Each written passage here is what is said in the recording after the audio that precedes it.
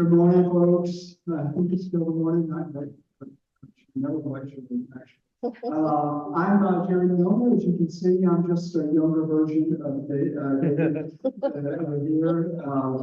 We work together in the Family Justice Group, and I'm here to introduce you this morning to have a speaker who is going to share information with you about what's going on here in Flint that I hope every single person in this room will take joy in, take incredible pride in. Dr. Mona Hanna-Attisha, more affectionately, more commonly known as simply Dr. Mona, is an author. She's an activist. She's a pediatrician. Right here with the University out of Michigan State University. She had to commute all the way across the parking lot to go here this morning, and we're grateful for that. She's the founding director of the Pediatric Health Initiative here during the Flint water crisis.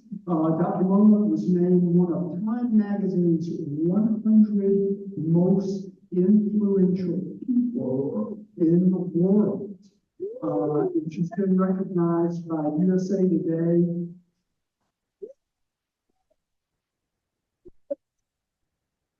She's incredibly modest and known as Storytime. She was recognized by USA Today as one of the women of the century. There's certain people I feel completely inadequate to introduce, and she and a couple of other folks in the room today are a month ago. So thank you. Thank you. Thank you. Then you see how I try to come off to make my intro a lot shorter. It's so wonderful to see so many lovely friends and colleagues here and partners. And I just want to start by thanking every single one of you for the incredible work that you do every single day on behalf of our children and families. So thank you. So give yourselves a so my commute was actually shorter. So my office is across the parking lot of Michigan State, but my clinic is upstairs. So there's actually a pediatric clinic on the second floor here. And we're the first folks that we know of, and the only folks that we know of, that co-located a clinic at top of Farmers Market on purpose to address all those other things that make it really hard for our kids to be healthy and successful. Nutrition insecurities is a big problem in Flint and in so many of our places. It's hard for our kids to have healthy food. Before we moved here, I used to tell my patients, you should eat like avocados and kale. And they would just like stare at me. They're like, where how am I going to get that? And how am I going to afford that? So we made the environmental move to co-locate at top of Farmers Market. And we have a social worker in our clinic, and we have the only WIC office that's in Flint in our clinic. And we give out nutrition prescriptions, and we have a mental health person, and we have a lactation consultant. We try to do all these wrap-up things for our patients to make sure, once again, they grow up to be healthy and successful. And we've been doing that for a while. We as a community here in Flint, like so many of you know and are part of, we have been working around the clock on behalf of our children and their families. And not only for Flint, but really trying to export our goodness in terms of the work that we are doing around early literacy and environmental health and trauma-informed care, and the list goes on. But despite all the goodness that we have been doing, I, as a pediatrician am so privileged to work upstairs and care for our kids. It is the greatest joy of my life when I am in clinic and I have a little baby in my arms. And I am doing everything I'm supposed to do for that little baby. I'm giving them vaccines to prevent life-threatening illnesses. I'm talking to them about, safe sleep and injury prevention and nutrition. I'm doing all these things that ensure that our kids are not just healthy today, but that our kids have the brightest future possible. That's my work, that is your work. That is our collective work, right? To make sure that our children have the brightest promise possible. So it's wonderful work, it's joyful work, but it has been inadequate work because there has been something missing in my doctor's bag and kind of what we do as a society to make sure that our kids grow up healthy and successful. And that missing prescription that I like to call it has been our ability to address poverty. So we know increasingly the signs of what happens when kids are born into and grow up in poverty. When it's early in their life, when it's chronic, when it goes on for a long time, when it's concentrating, when all your neighbors are poor. And that has not been something that we as a society have been able to address. And for so long, me as a pediatrician, and I think for so many of us, we shrugged our shoulders. Like, we can't do anything about poverty. Let's just keep band-aiding it. Let's keep creating lots of programs to deal with the consequences of poverty. But is that okay? Is that okay? No, that is not okay. And I think as a nation, we learned that we can do better. So during COVID, which was terrible, we actually did a lot of good things for families and children. What is that one thing that we did during COVID that uplifted millions of children out of poverty? We gave them money. What was that called? What's that? Stimulus. Stimulus. No, there's the stimulus payment, but what was the one for kids? The child tax credit. So during COVID, we expanded the child tax credit. We gave, by and large, almost every family with children unconditional cash allowances. And that lifted millions of kids out of poverty. And we finally became similar to other countries in the world that have been doing child allowances for decades, if not a century. But did we keep doing that after COVID? No, worst day of my life. It was not renewed by one vote in the US Senate. Millions of children plunged back into poverty, food hardship increased, parental stress increased, abuse and neglect increased. So the list went on and on of all the bad things that happened once we failed to care for our kids.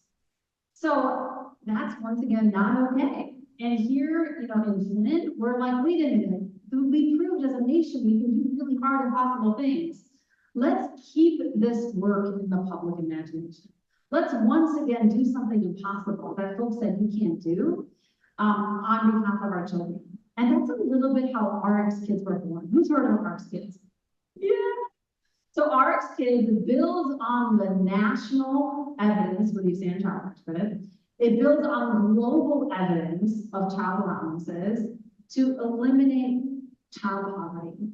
When we first developed or thought about RX Kids, we're like, wait a minute, we want to do this for all of childhood. We want to prescribe cash to kids for their whole childhood, like other countries.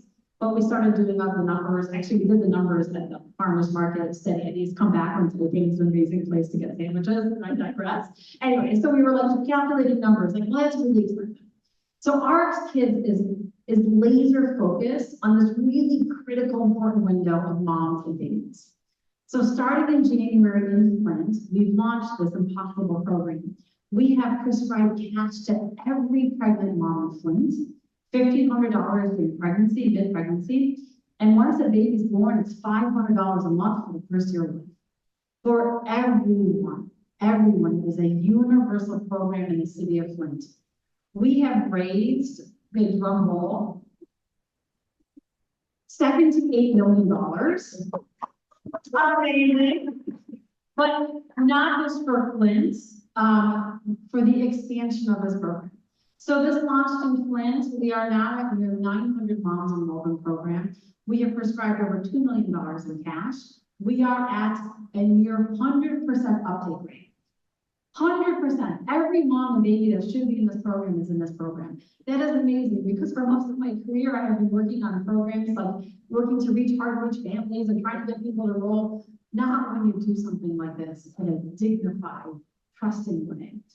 It is universal, which is also contrary to a lot of our public benefit programs. And that was purposeful.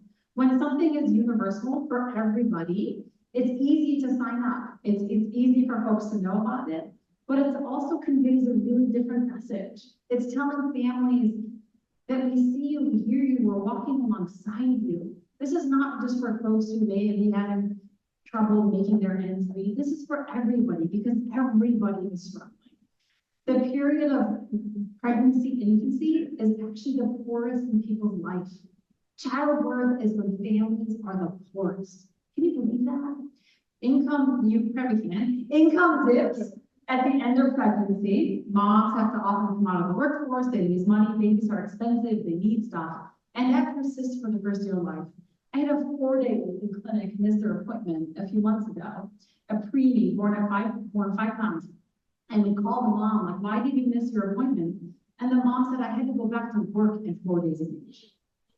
That is not okay. We need to do better to care for our moms and babies. So, and for everybody, once again, everybody is struggling during this time. And also this maternal infant window, like you all know, is this critical window of neurodevelopment. If you were to pick any time period to invest in the life course, it's early childhood, but it's the very, very beginning. Your brain literally doubles in size in that first year of life. It is a critical window of life, and that's why this program is laser focused on pregnancy and infancy. So based on our success here in Flint, the governor put in her budget, which just passed the legislature, $20 million to expand this bill. Amazing. And that money is, this might be a little too wonky, that money is coming from TANF. Folks have heard of TANF. TANF is the Temporary Assistance for Needy Families program. It is the cash assistance program, which very rarely is used for cash assistance. It is a stigmatized, historically racist program that makes it very difficult for people to seek aid. Before RX Kids, Michigan was only spending 6% of their TANF budget on cash assistance. And we have changed that. It is now dollars that is going into a program that is inclusive, preventative, science-based, and really anti-racist. So that money is coming from TANF, and it is supporting the first 4 payments for low-income families. And then we are working to raise the dollar to make it a universal program and to extend it to 12 months. So we've been working with communities across the state to see where this can come next. And I know there's people from Saginaw here. Where's the Saginaw people? Yes. So we have been working with the Saginaw County Health Department, the Chamber, different leaders in Saginaw to see if we can bring this to Saginaw. Because we know that Saginaw has we go to the eastern part of the peninsula of Michigan. So the eastern part of the UP is the poorest part of the UP. It really represents rural poverty, lots of indigenous folks there. So we hope to also expand there. Kalamazoo is going to go live with RX Kids. And then a bundle of communities in Wayne County. Do we have Wayne County people here? Not yet, not here. But Wayne County, as you know, has great need, and it's hopefully going to expand to Detroit and Dearborn and a few other communities in Wayne County.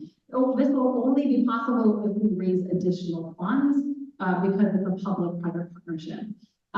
So if you know donors, if you have connections, please reach out to connect to me. Please connect me. We have a wonderful kind of governmental funding stream, but it needs to be a public-private partnership to make this happen. So there's we are looking at many things, we're evaluating many things, and for kind of your interest, the biggest impact we hope to make is in child welfare. So as you know, the peak age of child welfare involvement is infancy. It's 0 to 1. It's more than double any other age range. And in that time period, it's often because of neglect, which is often poverty-related, right? We take children, babies away from their homes because parents can't, they don't have the resources to, pay the rent and pay the utilities. Rather, we should be investing in families so they can keep their families whole, right? So we hope to, and there's lots of other research that has been done about adding extra income, how it keeps families together. So we hope that the biggest impact is in child welfare. So we hope to kind of share that data soon. Obviously, we're also going to be looking at the impact on maternal and infant health. We have significant disparities in maternal and infant health, maternal morbidity, mortality, prematurity, low birth weight, infant mortality, breastfeeding, the list goes on and on. That's a place where we also hope to have a significant impact and share our findings. There's a lot of science to this program. It's all driven by science and evidence, but there's also, this program is also driven by heart, right? This is driven by love. RX Kids, if you go to our website, if you see our materials, the logo is a heart. We had a public celebration about this program on Valentine's Day. Because this is really how we're supposed to love each other. I'm actually getting a little teary. This is how we are supposed to love each other, especially our moms and our babies. This is about really that social contract. that relationship that individuals should have with government and academia and institutions and philanthropy. So this is not just about poverty and numbers and, you know, child welfare. This is about something bigger. Okay, this is fundamentally about all of us and what kind of society that we want to be a part of. So in that vein, we have also leveraged art and music. There's been a song written by Mama Soul, one of our local Flint artists, about arts kids. You can check it out online. But we've also commissioned lots of murals around the city by local artists. And our newest mural, if you guys have time, I encourage you to drive by the Flint Cultural Center. It's a gorgeous mural that was just finished last week. And it is a recreation of the 1918, a piece of artwork from 1918, when the nation used to do baby parades. So a few weeks ago, we had a baby parade here in Flint, celebrating our babies and celebrating this program. It was also kind of a patriotic display. We had American flags. We're taking back patriotism with babies. But we recreated a mural from 1918. And when we had, once again, baby parades and it was a movement across the nation to draw attention to moms and babies, which birthed the Children's Bureau, which was this office that was all about protecting kids, but also birthed a lot of legislation and funding for moms and babies. And so we had a baby parade in that spirit, and the mural says on there, which is from this 1918 poster, the health of our children is the power of our nation. But the mural originally was like all white kids. It was totally like not Flint and not us. It's been modernized and made beautiful. It's a beautiful rainbow of children. And on the bottom of the mural are these gorgeous red hearts in the grass. And last week the mural was completed because our Flint kids drew those red hearts. Oh. So if you have a moment, I encourage you to check that out. And I will once again leave you with a quote that is on that mural. The health of our nation, the health of our children is the power of our nation.